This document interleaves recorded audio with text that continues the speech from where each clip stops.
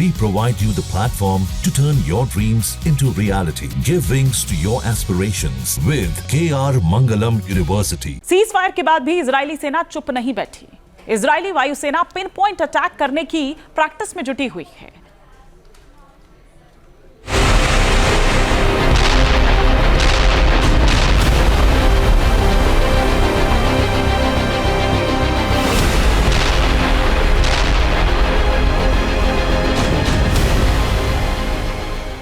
Iran Israel के बीच हुए युद्ध में सीज फायर को 7 दिन गुजर चुके हैं। 12 दिन के भीषण युद्ध के बाद पिछले 7 दिन ईरान और इजरायली आवाम के लिए अमन वाले रहे। इन 7 दिनों में तेल अवीव से लेकर हाइफा तक न वार सायरन बजा और ना ही किसी ईरानी हाइपरसोनिक मिसाइल से हमला हुआ, ना ही कोई ईरानी बैलिस्टिक मिसाइल यहूदी देश पर दागी गई। ईरान का एयर स्पेस भी बीते 7 दिनों से शांत है। ईरानी एयर स्पेस में पिछले 168 घंटों से ना तो इजरायली फाइटर जेट दहाड़े और ना ईरानी मिसाइल साइलों पर इजराइल ने बम गिराए। लेकिन सीज फायर के इन 7 दिनों पे अगले 7 दिन भारी पड़ सकते हैं, क्योंकि आशंका जताई जा रही है कि अगले 68 घंटों में कभी भी ईरान और इजराइल में युद्ध शुरू हो सकता है।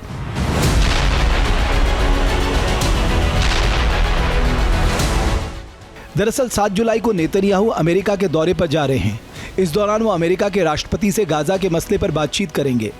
लेकिन वॉर एक्सपर्ट मान रहे हैं कि 7 जुलाई का दिन ईरान पर हमले को लेकर अहम तारीख हो सकती है। ईरान और इजराइल के बीच सीज फायर है, सीज फायर की शांति भी है, लेकिन ये शांति क्षणिक नजर आती है, क्योंकि जहां इजराइल में एयर डिफेंस सिस्टम की इंटरसेप्टर मिसाइल्स को तैयार किया जा रहा है, वहीं युद्ध स्तर पर कामाकाजी यानी अटैक ड्रोन की खेप भी ईरान तैयार कर रहा है। ईरान ने अपनी मिसाइल प्रोडक्शन यूनिट को वॉर मोड पर सेट कर दिया है। वहीं दूसरी तरफ इजराइल भी ईरान के खिलाफ अपनी युद्धक तैयारियों को धार देने में जुटा है। 12 दिन के युद्ध से सबक लेकर नए सिरे से तैयारी कर रहा है। ईरान की खुफिया रिपोर्ट के मुताबिक इजराइल की सेना जंग की तैयारी कर रही है। ईरान पर हमले का अभ्यास शुरू कर दिया गया है। हथियारों का जखीरा भी जमा कर लिया गया है। ईरान के दावे में दम है, क्योंकि इजराइल लगातार आक्रामक बना हुआ है। इजरायली रक्षा मंत्री और विदेश मंत्री लगातार युद्ध को लेकर बयानबाजी कर रहे हैं।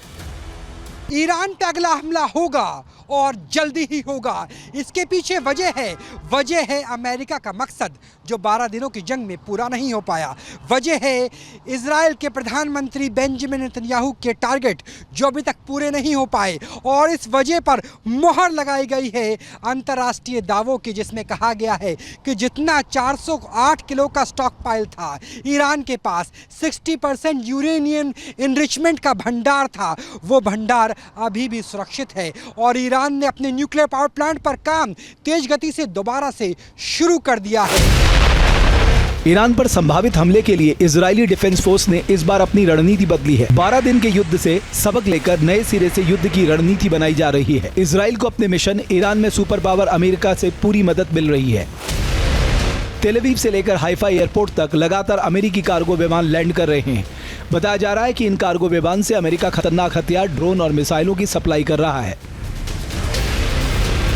अमेरिका ने इजराइल को $510 मिलियन यानी लगभग 4,300 करोड़ रुपए के आर्म्स डील की मंजूरी दी है, जिसमें जॉइंट डायरेक्ट अटैक म्यूनिशन यानी JDAM किट्स की सप्लाई शामिल है। ये डील मध्य पूर्व में चल रहे तनाव और इजराइल की सैन्य जरूरतों के बीच काफी चर्चा में है। ये डील दोनों देशों के बीच रणनीतिक साझेदारी को मजबूती प्रदान करती है। इजराइल अमेरिका से अपनी जरूरत का 69% हथियार इंपोर्ट करता है। इजराइल मध्य पूर्व से लेकर पश्चिम एशिया तक कई सैन्य अभियान चला रहा है। 7 अक्टूबर 2023 को हमास के हमले के बाद से इजराइल को अमेरिका से $17.9 अरब से ज्यादा की सैन्य सहायता मिल चुकी है। जॉइंट डायरेक्ट अटैक म्यूनिशन यानी JDAM किट्स की सप्लाई भी इसी डील का हिस्सा है।